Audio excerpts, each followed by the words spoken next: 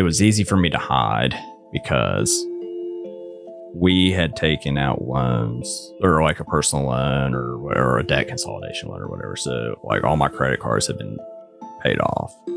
I don't know what the exact amount of open credit I had was, but it was somewhere in the realm of $15,000-$20,000. Mm-hmm. So I could play for a long time without really drawing attention to.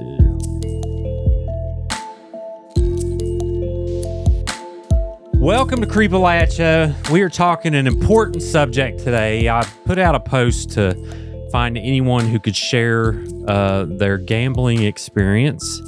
And thankfully, Randy Ferrill reached out to me. He is here in the studio today.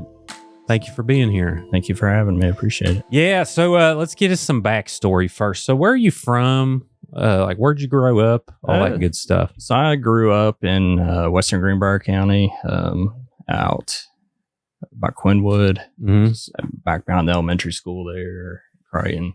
I lived in Beckley since probably 2009, since I started going to college, and lived here ever since. Greenbrier County is one of the most beautiful places. It is. On earth. It's very nice, very peaceful. It's just not a whole lot to do. That's like, growing up, it'd take 45 minutes to get to like Walmart or anything. So, go in the stores and all day. Sure, yeah. For you.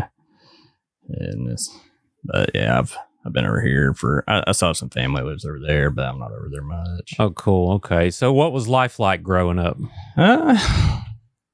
We stay pretty busy with sports and stuff. Started sports about 5th grade. We'd go ride 4-wheelers, stuff like that, but we didn't. There wasn't a whole lot to do around us. I mainly stuck to myself. I like to read and do my own thing at the house. But grew up with my mom and stepdad and my younger brother out there. Pretty normal childhood. My dad lives in Indiana, so I'd spend my school breaks down in Indiana with my family down there, and then I'd be up here most of the year. Cool. Yeah. So did you have any goals, like where you're like, when I get out of high school, I'm going to do this, or did you not know like everyone else? My mom had planned for me to go to college from the time I was in probably 1st grade, so that was kind of always the goal. My stepdad worked. He worked at like the lumber mill. He worked, building houses, doing construction. He worked for the plants for the mines for a while until they shut down. So they kind of wanted me and my brother to steer away from that. They didn't want us to be doing backbreaking labor, getting hurt, stuff like that. So they really pushed education on us. So that was kind of just my goal. And I didn't know what to do when I got there. It was just kind of the goal was to get there. And then when you got there, it's just figure it out. And sure, yeah. That was interesting. I probably changed my major 5 or 6 times. Yeah. Where'd you go? I went to Concord. Oh, cool. And I went to Mountain State for a little bit, and then I went back to Concord and finished my bachelor's degree. I'm a bachelor's in psychology. Oh, cool. And, later on, I actually finished up my master's 2022 or 23, I think, 2023. Well, congratulations. So do you like work for yourself? You work like what's kind of, you don't have to say where you work, but like what industry? So I guess kind of the irony of the whole situation is I am a substance use mental health therapist. So I work with addiction all the time. My master's is actually in addiction studies. Oh, wow. So kind of makes the whole situation with how my problem developed and evolved, seem it definitely can happen to anyone, no matter how well aware you are of the problem, because we have a tendency to downplay it. We always think we're in control, so I'm working with people who are battling their own addictions while I'm battling and dealing with my own thing. Yeah. thinking, oh, I have this handled, like I'm in control. And I very much was not in control. That's good to know. Yeah, because you have a master's in psychology, and if it can happen to someone like that, I mean, obviously we're all susceptible, and we all have some form of addiction. Like I'm battling with my phone, my screen time right now. But at the same time, some are more detrimental than others. And that's what we're going to get into. So when did you start, like, what'd you start getting into first that kind of developed this gambling addiction? So really, I've always been kind of into, and the only reason I mention is because recently I like to understand it better and to understand what had happened to me. I have to do training, continuing education for my work and my certifications.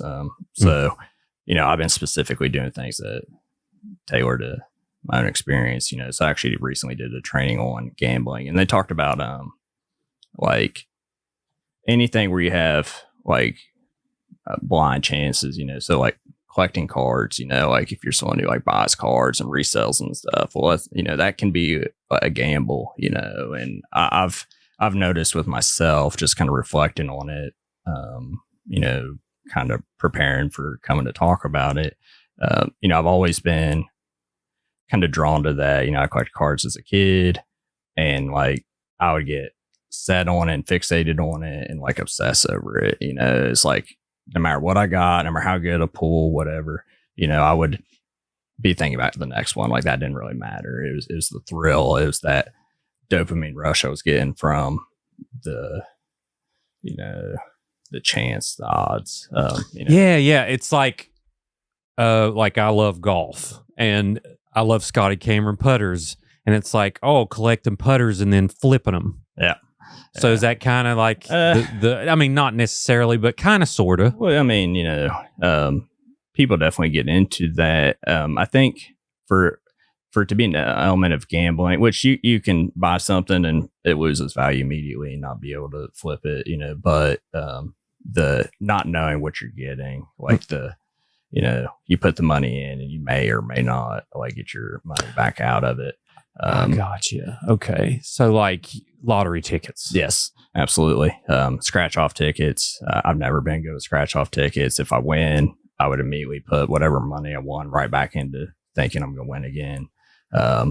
Which I've always been pretty decent with that. I got in trouble with the online gambling because there was nothing. I didn't have to go anywhere to do it, for one. And they make it to where you can use your credit cards. So you don't immediately feel that financial impact. It's like, oh, I mean, if I put this money on this card, I can pay it off, or I can make payments on it. I'm not out the $500 or whatever I gambled, because I can spread that out over however many minimum payments I want. Over 17 years. Yeah, if I want to. Yeah. No, yeah. I get what you're saying. I didn't know you could use credit cards. That's kind of terrifying. It is. So I don't know if leap forward or what, but that, I got involved. I've been kind of drawn to that stuff anyways. What started me with, I started playing Solitaire on my phone, and at first I was just playing, for fun, and then I noticed that you can load money with the card. Doesn't specify, it doesn't have to be a debit card, so, and you could put money on with a credit card to get like basically in-game credit, and what they would do and kind of where they get you is like, if you deposit $50, they give you $50, right? So, oh man, well, if I put $50 in, I got $100 to play with. Surely I win my money back. Mm-hmm. But doesn't work. The way that they get you with that is, if you win, the money you can actually withdraw back. Like first it takes it out of the money you play. It takes it out of the bonus money they give you, like, or like when you try to win. So like you can't, if I put in $50 and I'm playing with that extra 50 they gave me, like if I win another $50, I can't withdraw that $50. Like I might withdraw $5 of it or something. You know, it eats up all your bonus money before you come out ahead, and you can withdraw the extra money. Oh, wow. So if you don't know that, you know, you're putting, you know, all this money into this. You think you have all this extra money that you don't, for one, at least just with this game. You know, other games are set up different. But that was kind of the game that I started playing. And when I first started, I didn't think of it as gambling because there's an element of skill to it. You know, it's not just like I go buy a ticket or, you know, like a random, you know, like with the slots or anything like that. You know, there's, you know, random chance to it. You know, it's like you competed against other players. You know, you bet money, compete against other players in different pools.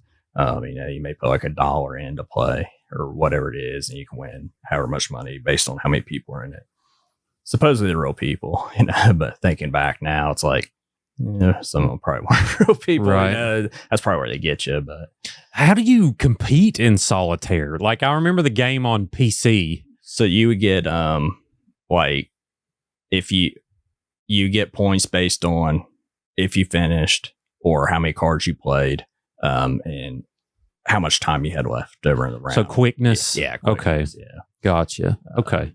That makes sense. So it's and you know, we don't want to encourage people to get on the app, but it's just it's an app that has solitaire. Did it have other games too, or was it? No, this one was just solitaire. You know, there's a lot now. I actually had a bit of a relapse recently with Slingo on. Oh yeah, BetMGM. You know, it's that like they have all the different bingo type games. You know, so I was playing it for a little bit, but I was able to stop playing before I managed to. Good deal. It was too much money, but I think I lost around $1,600 within like 3 or 4 months. Oh yeah, wow. So so the rush mainly is like you just keep on trying to feed that rush, and you don't really like. What's your biggest win? Do you remember? So on the Slingo, I won $500 off $1. So that, you know, that's probably the worst thing to happen, because then I'm like thinking, oh, I can do it. You know, I can do it again. Or, you know, they kind of give you that false sense of accomplishment, or you know, make you think you're lucky or whatever. With the solitaire, I think I won a couple $100 off of, I don't even remember how much it was. You know, so the rush really, so what you see with gambling, people who become addicted to gambling, you know, like, you know, and I don't know that if you've ever had a problem with gambling. I tried to minimize it, but now that I've kind of stepped away from it and stuff, especially with playing again and getting kind of sucked into it, you know, I definitely would meet criteria to have had a gambling addiction.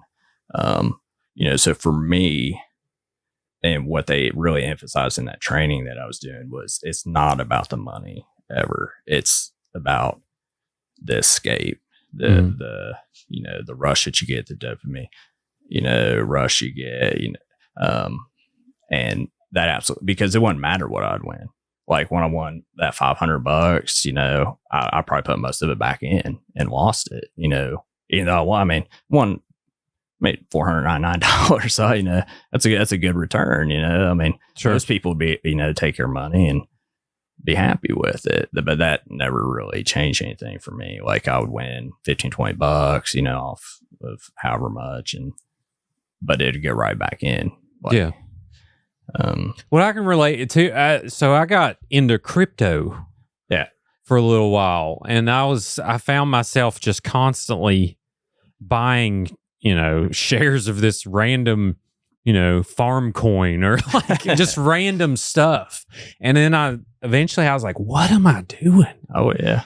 Like this is not even like it's not a thing. I mean, I know like Bitcoin and, you know, Ethereum and some of the bigger ones are being actually used, But yeah, I just kept on, and I was like, oh, I'm gonna, this is gonna be my retirement plan. And eventually, I had to just delete the app. Oh yeah. Well, it's funny you mentioned it because I actually did the crypto for a little bit, and so it's been that way.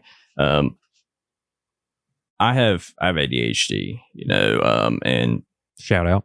Yeah, so Yeah. if you have ADHD's higher risk to develop addiction. And I think I've seen recently like 1 in 5 people with an addiction also have ADHD. Like it's pretty prevalent. Impulse, don't not processing, executive functioning issues and stuff. So it's very easy for us. You hyper fixate on things already, and when you become addicted to something, it's like, a lot of times it looks like obsessive compulsive disorder. You obsess about whatever it is. I compulsively do whatever it is with no control. Like when people think of like that control element, like when you have addiction, it's compulsive behavior. Like it will not stop bothering you until you do it. So like I'm over here obsessing over crypto. Did the same thing. I would think I'll get stuck on all I'm thinking about is playing poker on my phone, whether wife and kids are there, whether we was on vacation, I was playing. Like it's just all you think about. And when you stop doing it, your body actually goes into like withdrawal, even though there's no substance involved, like, just the increase in the dopamine and stuff, like you withdraw from it. What is that specifically? I'm pretty sure I've went through that a few times, but like dopamine withdrawal, are you just exhausted or? I think it's kind of, where there's no physical substance, I would say is probably just like where you just like can't stop thinking about it. You have the obsessive thoughts about it, the cravings to re-engage in it is a lot of what I experience. It's like, even now, like where I quit playing Slingo, I ended up having to delete the app off my phone back. Oh, I'm only going to spend this amount of money, and I spend that amount of money. It's like, well, I lost it. Now I need to win it back, because now I'm in the hole. And I ended up just having to cut my losses and delete it because it was just $10 here, $10 here, like repeatedly. Yeah, it's $10, but I would charge it without ever thinking to stop. And then like now I'll be like, why don't you go back and play again? Yeah. And my mind will tell me like, oh, you can control it. And then I just have to flat out tell myself like, nah, like you're not in control. That's what's characteristic of addiction. AA and NA talk about all the time. It's like we're powerless over our addiction, whether you follow their traditions or not. I mean, they're absolutely right. Like I'm not in control. Like when other people, gamble, they may be in control. They can do it. I'm only spending $50. I'm gonna walk away.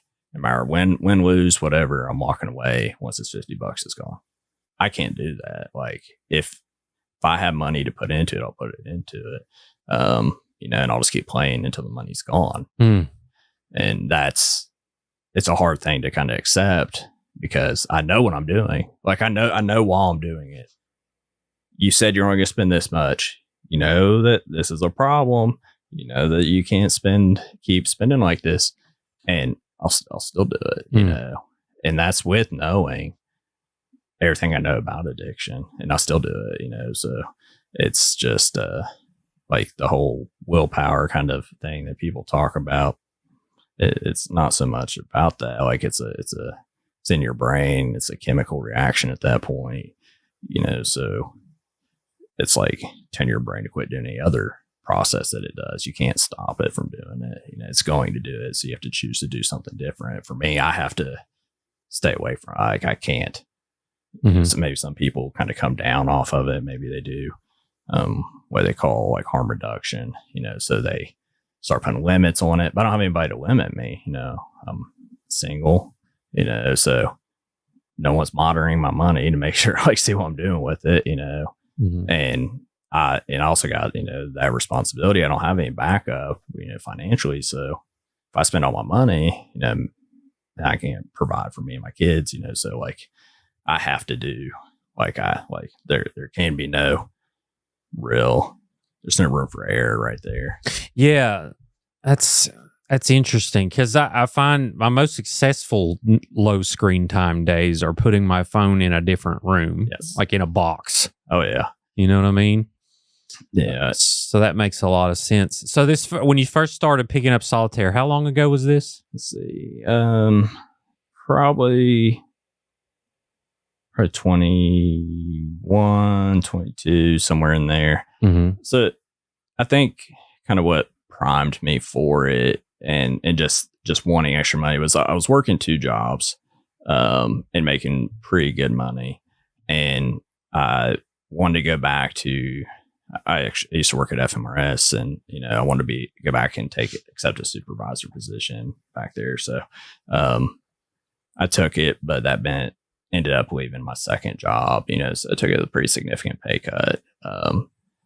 And when that happened, I was playing. I was like, well, maybe this will be a source of some extra money, supplemental income. Put $10 in and win $50. I mean, $40 is a pretty good return. Mm-hmm. So it started out really small. I actually didn't put any real money into it for the first month or 2 I played.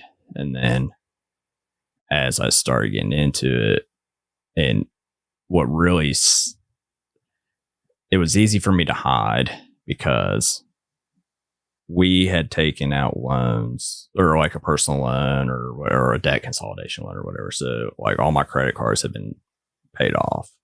I don't know what the exact amount of open credit I had was, but it was somewhere in the realm of $15,000-$20,000, mm-hmm. So I could play for a long time without really drawing attention to the problem that was developing. Mm-hmm. And each game costs a range.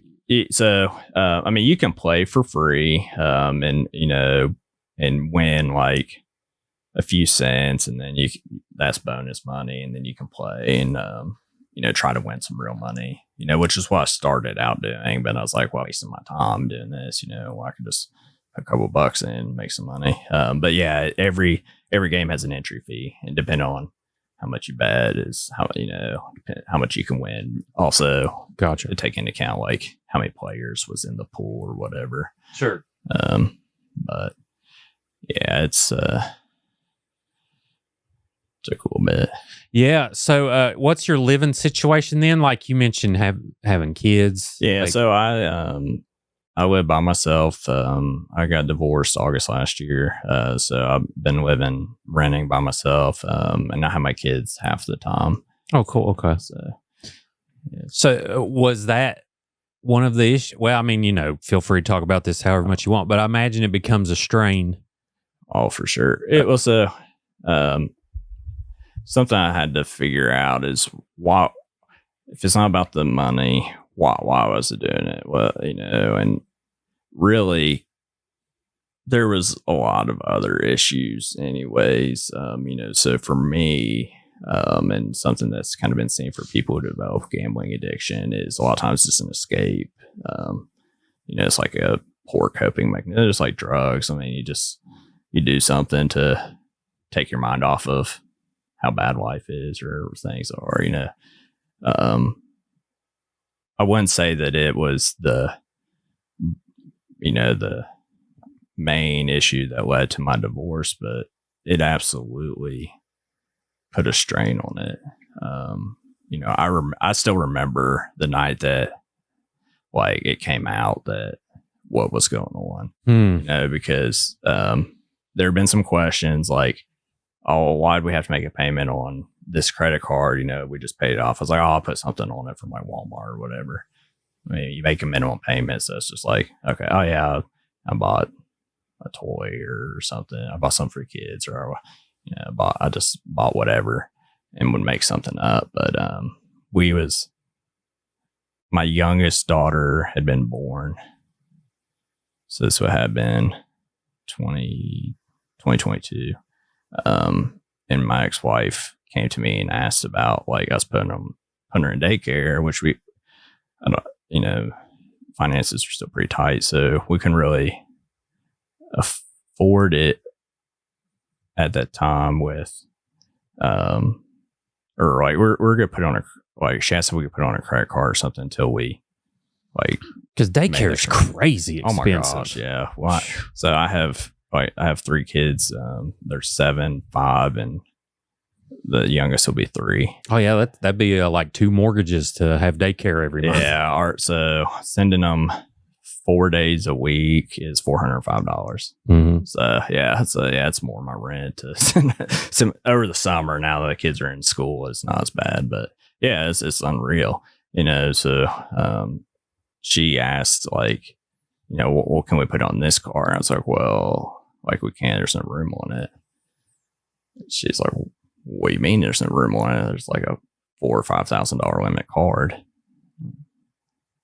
And I was like, well, I have been putting money on the Solitaire game. Oh, you told her the truth? Yeah. Oh, yeah. Well, actually, like, sit down, honey. Funny thing. Yeah. It's a funny thing is I'm crying for no reason, but we need to talk about something. Right. Like, I mean, as it went on, the weight of the guilt and shame. Like, I mean, this is actually the first time I've ever talked to anybody about it. Sure. Like in any depth at all. And I mean, it's embarrassing. Oh, like, yeah.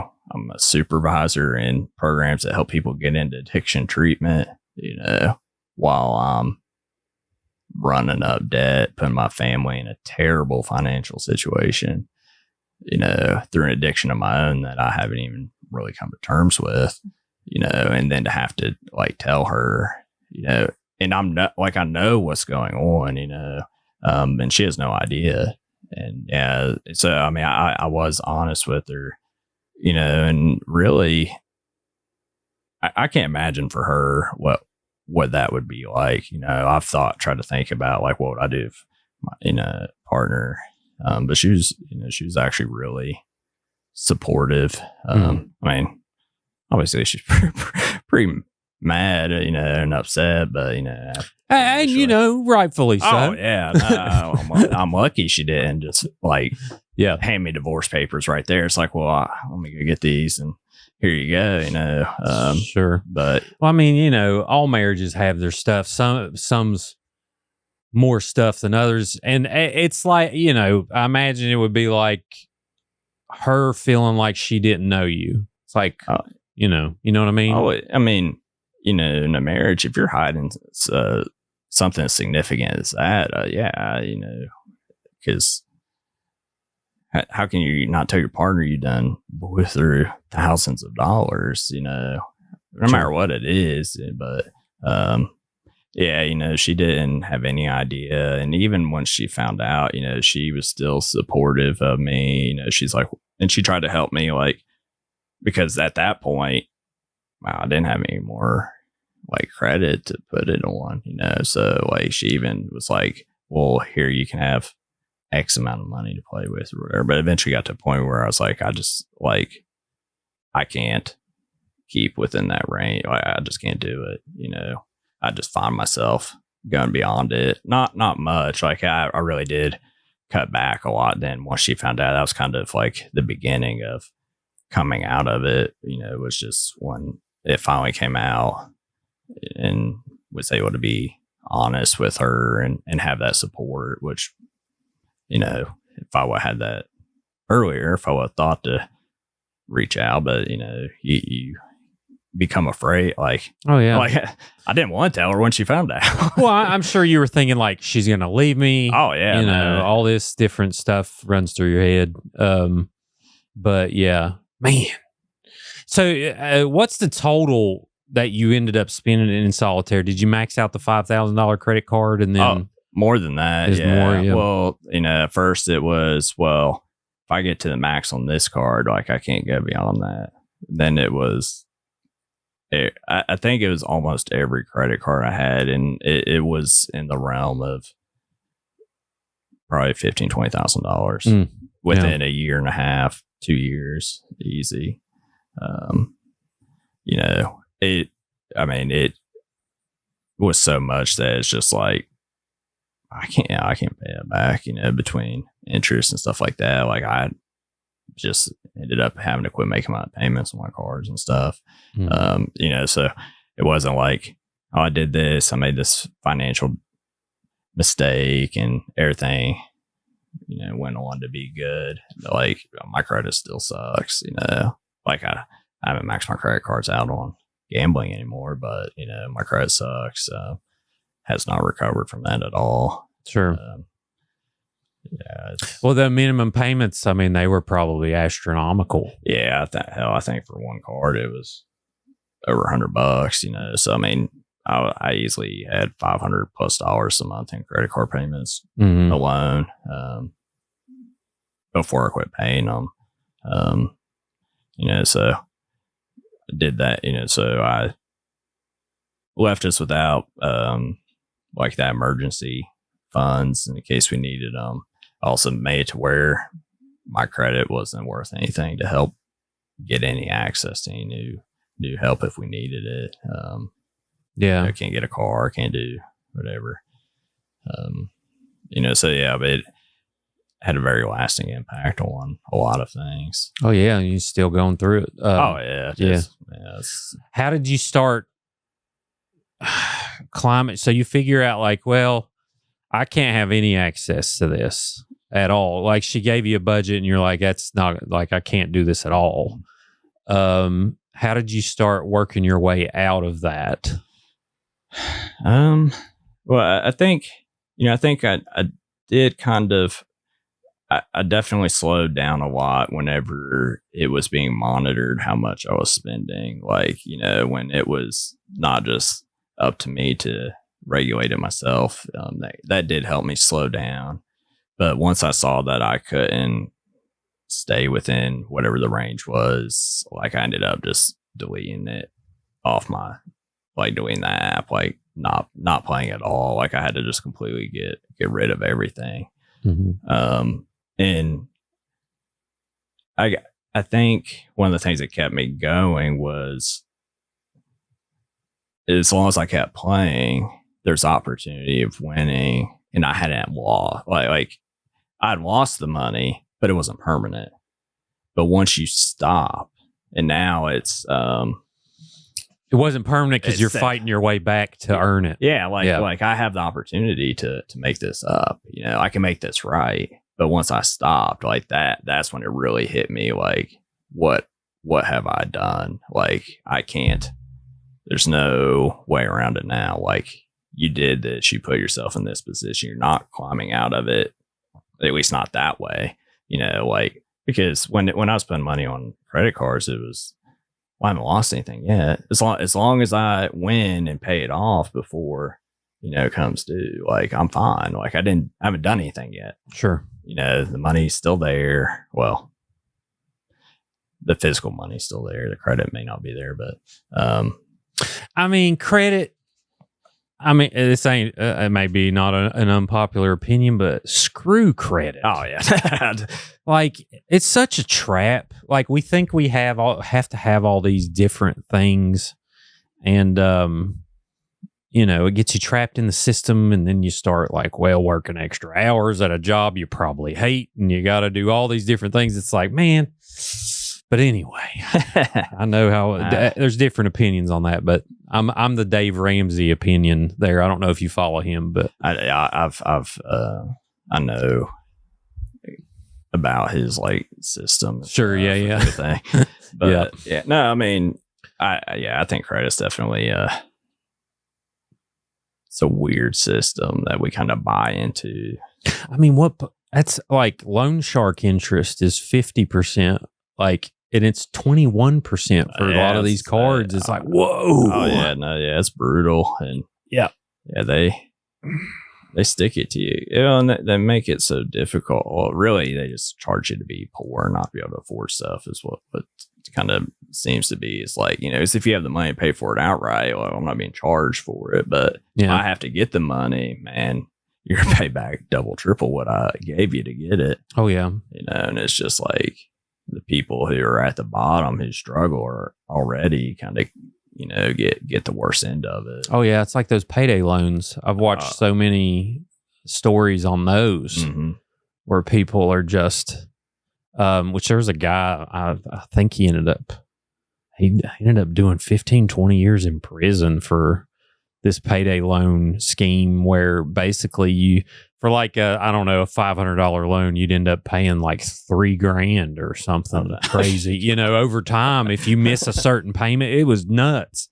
But I don't understand how a lot of this stuff is legal. Like, what worries me right now, well, there's two things. For adults, like I've thought a lot about like DraftKings and stuff like that, of different things being promoted by all these celebrities, and they make it look like this little fun thing. And for a lot of people, it can be like a social thing, like fantasy football, for instance. Yeah. Some people, like kind of what we're talking about, take it to the max. It's like, it's not just a fun thing. Like, this is life, and I'm gonna, treat it that way. Well, I get probably one of the biggest misconceptions about addiction itself is like, I work with people who, are in recovery from substance use all the time. And it's like, one of the biggest lies we tell ourselves is using drugs is fun. Like, I can tell you it's fun. I can look at a brain scan and tell you using drugs could be fun or anything else you ever do. When I was playing, it was fun. I mean, even though like the stress, like it was fun. That was really kind of what sucks you in to begin with. It is fun, it's enjoyable, and in moderation, it can be okay. It's funny as you said about the celebrities and stuff. I actually have a bad MGM billboard right before I pass, like right when I turn into my road, so while I'm playing Slingo, losing money, like I see it every time I'm driving home, being reminded of it. And like Jamie Foxx is there. It's like, hey, exactly. It's just like, oh, man, I can have a good time, and like Jamie Foxx is a good dude. I'm doing fine. Yeah. It's like, well, they're doing it. What can I do? Yeah. Something that I found is I used to work at a detox center, so we'd have people come in and they let's say they're withdrawing off of heroin or whatever. We get them, detox, get out of the system, and they'd leave. Well, they would be like, well, I can still use meth. I'm not addicted to meth. Then we'd see them back, a couple months later. It's like, what happened? Well, I was using meth, blah, blah, blah, whatever, and it's like, well, now they got heroin use disorder, stimulant use disorder, and what the misconception is, it's not the drug. Like, you can become addicted to any drug, it's why you're doing it is the problem, so when I was playing solitaire, it's like, well, as long as I don't play solitaire for money, I'm fine, I'll go play Slingo. That's not the game's not the problem. The gambling is the problem. That's my problem. It doesn't matter what form it's in. Like, I'm not like, I have to be careful with if it's any form of gambling, I don't buy scratch off tickets because I know if I win or lose, I'm going to buy another one, especially if I win, I'm definitely going to buy more, and I'm probably going to spend every bit of whatever I won and whatever I plan to spend to begin with. Oh yeah. Well, you see it all the time. Like, I'll go in a gas station and there'll be some random person that just go in, they buy like, I'll take number 1, 8, 7, and 4, 3, 5, and then they'll scratch them all off. They'll come back in. They'll give the winners. They'll do it again until they eventually just run out. It's like, okay, well, and it's, I mean, it's very sad because I think a majority of people are addicts. It's just we channel it in both positive and negative ways. Like marathon runners, for instance. They're addicts. Oh, so you definitely got to put a lot of time, energy, effort into it. I mean, you have to be to go through stuff like that. Or like, I'm addicted to productivity. Like, always doing something, creating something. Now, that gets overboard too when it starts cutting into your free time and you start getting stressed and you start getting burnt out and doing all these different things. So, I think a lot of people will relate to this, and it really is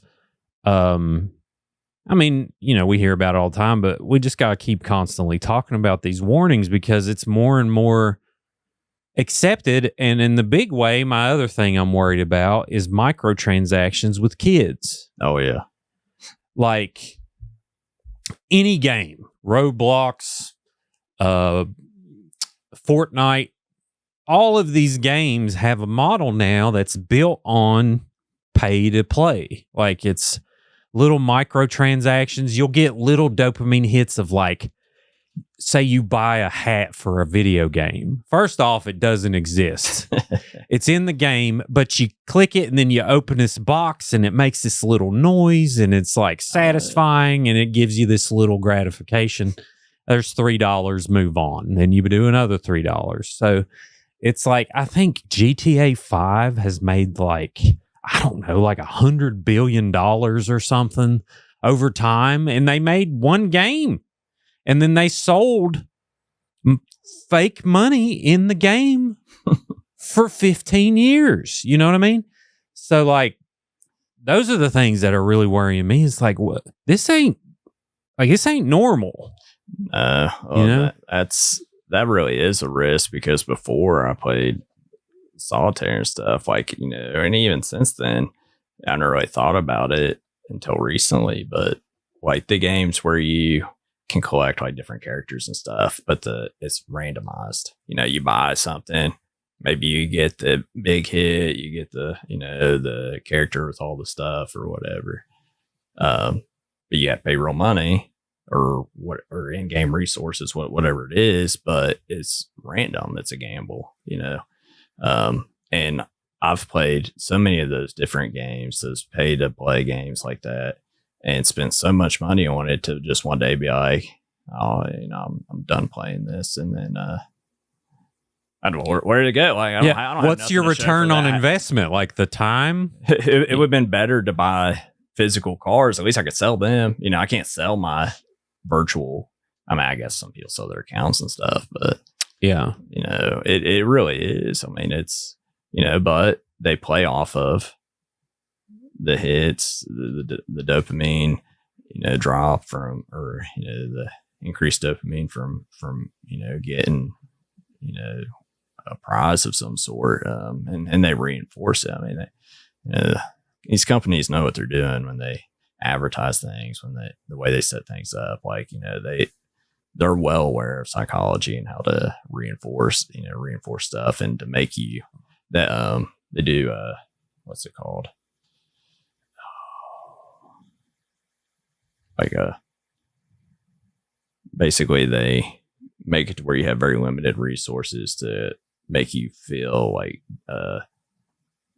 desperation or something. Sure. To have to buy the packs of gold or whatever it is, they bottleneck resources so that, like, if you want to advance, you buy this so you can advance quicker. Yeah, I don't see how that's not illegal because, especially for kids. Yeah. Like, used to Super Mario Brothers 3. You try to get better at the game. You beat the game. It was a good time. Like, that was it. You paid, whatever money it was to have the game, and then you had the experience, and that's what it was. But now it's like, I don't know, like Red Dead Redemption, for instance. Like, it's the most amazing game, but then people just take it so serious and then start like, oh, well, I got to buy that fancy coat for my fake character, all of these different things. And we don't really teach like, all right, invest your money, 401k is good for you. Cause that stuff's boring. That stuff takes decades, but yeah, it's so crazy, man.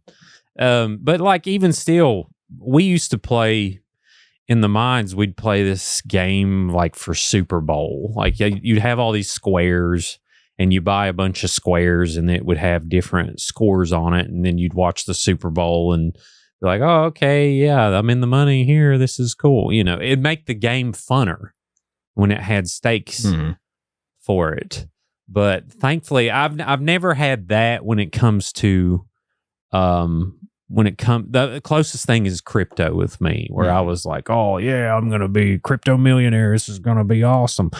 And I just kept on funneling all this money, and then the market crashed and is the whole thing. I wish I held on to it back then, because then it went back up, and but yeah, there's so many aspects to it that we just don't think about.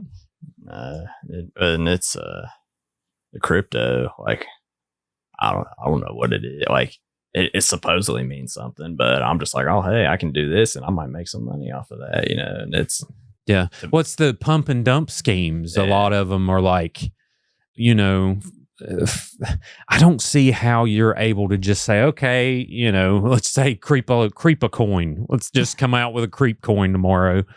And I'm like, all right, everybody, here it is. Our creep coin, get now. And then I have all these shares and all these people. Like, I think what it is, where the creator owns like 90% of the wallet. My understanding of what this is. And then they got 90% of the shares. Everyone starts buying all of these shares. It increases the value of it exponentially. And then the owner pulls 90% of the funds, and then it falls to crap.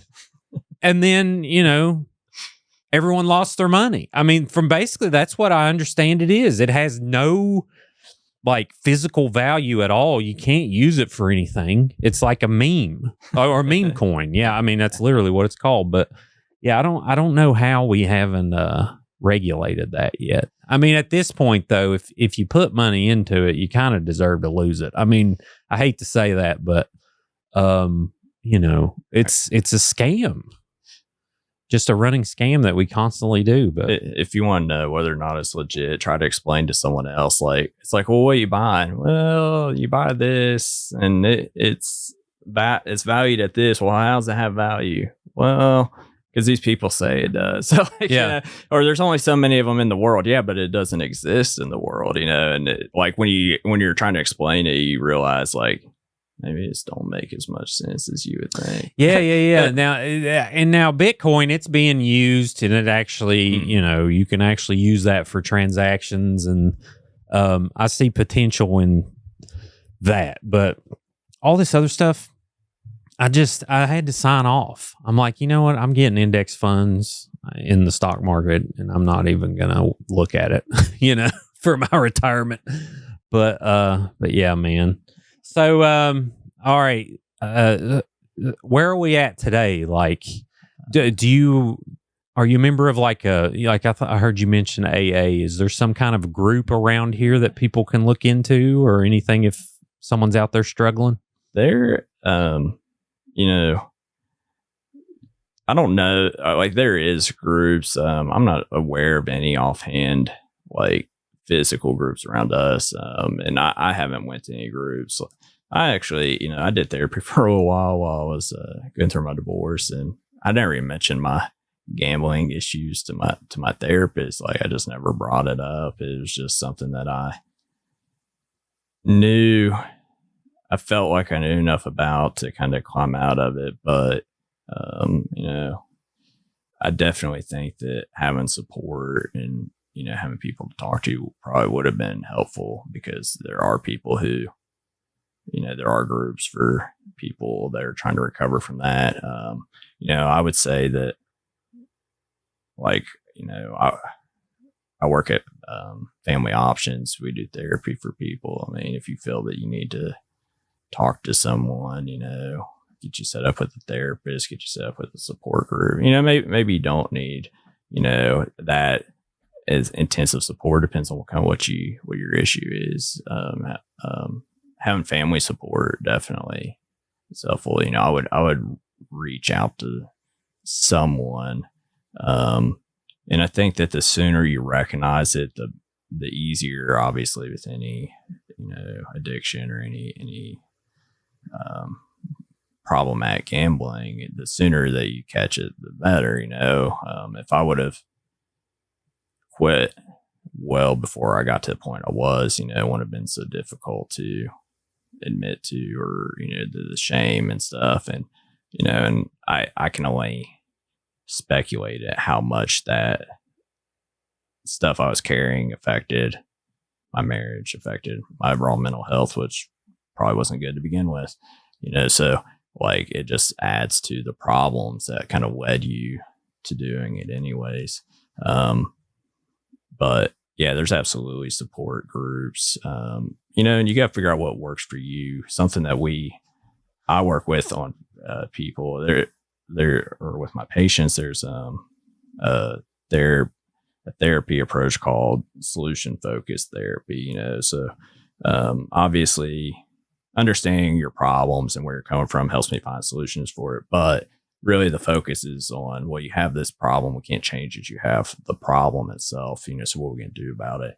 And then that's different for everybody. I have a patient who, she was having problems, which she's in recovery for substance use, but she was having problems with stealing, so I've never had anybody addicted to stealing before, so we just had to kind of come up with what we're going to do, and, so we talked about staying out of the store is like, you absolutely have to go in there. If you do have to go in there, taking someone with you, hold you accountable to make sure you're not doing that, doing pickup orders or having deliveries, like until you feel to the point where you can go in the store without stealing, because she had actually gotten into legal trouble and like it was becoming a real issue at that point. So just kind of tailoring what you do to what your situation is. If you have a good supportive family,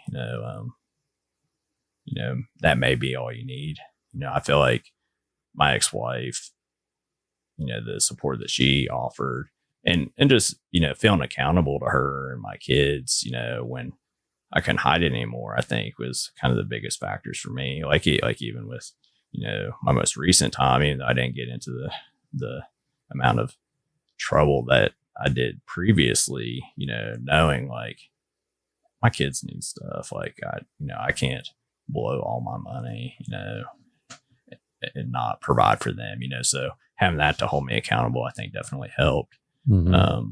But if I would recognize the signs earlier, that would have been beneficial. I think one of the universal ones that, with problematic gambling is when you ask someone how much they won, they say, well, I won this amount. It's like, well, but so how much did you win? Like overall? Oh, well, I'm actually down like $20 or whatever. It's like, we just said you won. It's like, I'm going to tell you what I won. I'm not going to tell you what I spent. Sure. So hiding the amount that I'm losing is kind of a red flag, you want to watch out for. Hiding how often you're doing it. Just like with drugs, like if you're hiding drinking, everybody thinks, drinking is pretty okay for most people, but if you're hiding your drinking, you're probably drinking too much, or, you got a problem. Like, most people don't go to the bathroom to drink, or Sure. wait till everybody's asleep to have a drink, to hide it from the people around them, and that's what I was doing. I mean, I would play after everybody went to bed. Like, I'd go outside and sit on the porch by myself after everybody went to sleep and play, or I'd play like on my breaks at work when I wasn't, when no one else was around. And if it's ever talked about like how much I had won, I'll tell you how much I won. I won $500. How much you spend? 700. Well, that I didn't win anything. Sure. But so kind of watching now and spending more than you plan to spend. And I'm not just talking about like one time. Like we all like you go to the casino with some friends. I mean, you'll probably overspend.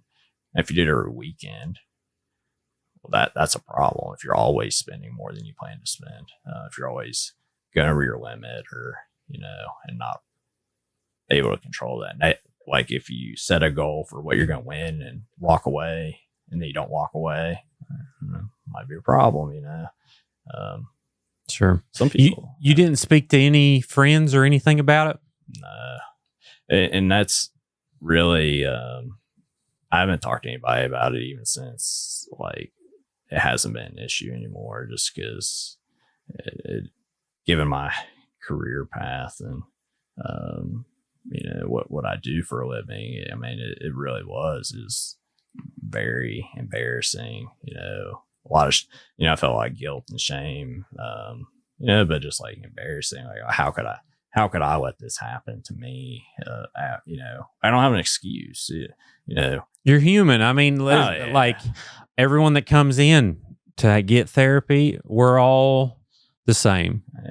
We all have mistakes we've made. We've all had good things we've did. Some mistakes are harder to come back than others. I think this one is one that like mainly hurt you and your family. And, you didn't hurt anyone else. I mean, obviously it's bad, but I mean, you can climb out of it. I mean, and you are. So I think hearing honesty is a lot of people going to relate to it and kind of watch. Cause like you said, like you was talking about stealing. I know people who got into a time period of their life where they would just go in Walmart and take the dumbest stuff for no reason, and it developed like a compulsion thing. So I get it. It's important we stay vigilant with stuff like this because it creeps up on you. It does. And so when you made that post, I was like, well, this is something I have, professional experience, but, personal experience with. And I was like, it is good to recognize that it can happen to anyone, for one, and to put it out there, I try to be pretty transparent, especially with people I'm working with, about my struggles with mental health issues, and I think that sharing makes it human. I think people who are in recovery that talk and help people in recovery are some of our greatest assets because, you can see a person who's been through what you've been through and knows what it's like, and hearing it from that person is a lot different than hearing it from someone who's never been there. So that was really a big motivator for one to come and talk about it, is because it can happen to anyone. I never would have imagined that I would be in the position that I was in, and still couldn't believe it even after having been through it and stuff. Like, it's taken this amount of time being removed from it to be like, no, this is how the problem was. Like, downplay it whatever you want. Like, this is what happened, and being honest about it. And that's kind of what the goal was, to, talking about it and stuff. Because it's taken me years to even, I don't even think about it a lot of times. Like, sure. Yeah. When I saw that post, I was like, it's almost like a flashback. Triggered a memory that I had kind of buried deep down, and just recognizing that we are, we are human. We all make mistakes. It can happen to anyone. And that's something I would tell any patient that, I don't think anybody is really safe from addiction. We're all kind of one bad situation away from being in a completely different spot, and that's something that I really emphasize with people I'm working with. It's hard to accept, about yourself. Not that I'm above it. I just like, you feel foolish. It's just like, beat yourself up. No, yeah. I get it. And a guest that was on a couple of days ago said we're all one missed paycheck away from being homeless potentially. So it's like, yeah, that's the truth. The majority of people, struggle with all kinds of things. So yeah, this is one I think is important. It's going to continue to be important as we keep paying Jamie Foxx millions of dollars to say, hey, this is okay. But, to each their own. Like, I think it's like anything else. It can be done harmlessly, but it also can be the complete opposite of harmless. So it's important to watch yourself out there. All right. So, any last words? Like, what's the first step for somebody? They just got to admit it and absolutely work. First first step in addressing any problem is you got to recognize what the problem is, because if I don't recognize that what it is a problem, I'm not gonna do nothing to change it. Why would I change it? I'm fine. I'm in control. This ain't a problem for me. So getting people to that point is a lot harder. I mean, you'll see people whose whole lives falling apart around them, and still, I mean, I have people swear up and down to me that they don't have as serious a problem as they have with whatever drug it is, and I'm like, it's ruined your whole life, and it's just that's a hard, because it takes that admitting that this is something I can't just stop doing on my own. There's a lack of self-control, and that feeling of powerlessness is a very difficult feeling to accept. And even once you've accepted it, you still sometimes have to come back. Like I had to be reminded, you are not in control. Like you think you are. You think you got it figured out. You think you're too smart to fall back into it, whatever. But it's much more basic and primal than that. Like you're not in control of that any more so than you are of being hungry or thirsty. You got to accept that, but that's the problem. So what am I going to do about it? And I can't change that. I can't change that about myself. I can't change it. Some people can go do it and never have an issue with it. That's them. That's not me. Sure. But yeah, that recognizing you have a problem is always going to be the first step. So it's being honest with yourself. And knowing that's okay to admit that. I think it goes a long way. If you have a family member or a friend you feel like is struggling, is being there to be supportive without being judgmental. You want them to feel comfortable coming to talk to you. I don't know where I would be if my ex-wife wouldn't have been as supportive as she was. She, no matter whatever differences we had, like I feel like she did a really good job in that. I'm thankful for that, because it could have been so much worse. That's awesome to hear, because you usually hear people be like, run their ex through the mud, and I love when I hear thankful for the ex. Shout out to the exes out there that are getting along with each other. Hey, it's absolutely, you cared about them for a reason, and and no matter what your all's relationship is, and she's a good person. She's a good mom. I'm very grateful for her. So yeah, I wouldn't dog her. It's not on public forum. Good for you, man. That's good. Because I mean, typically it's the complete opposite. Well, thank you, Randy, for sharing. I think this is going to help a lot of people out there. Everyone else, before you leave, be sure to like this video and subscribe to Creepalachia if you haven't. And if you're listening on Apple or Spotify, take a minute and leave a review. That'll help the show be found.